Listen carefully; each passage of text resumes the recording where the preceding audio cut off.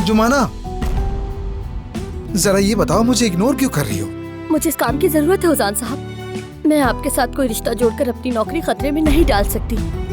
देखो, नाज़नीन मेरी बेटी है, जबकि जुमाना और बतूल मेरे शौहर की पहली बीवी से है। जुमाना कुछ साल पहले एक लड़के के पीछे दीवानी हो गई थी। मैंने उसे रोका, बहुत समझाया, पढ़ाई का कहा, लेकिन कोई असर न हुआ।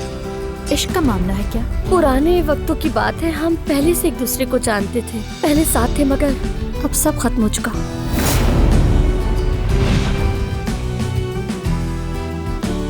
तुम जानते हो ना तुम्हें क्या करना है। काम हो जाएगा मैडम। सुनो, तुम उस औरत को ऐसे क्यों घूर रही थी? पहचानती हो क्या उसे? ये वही औरत है। कौन सी औरत? वही जिसने लिफाफा दिया था।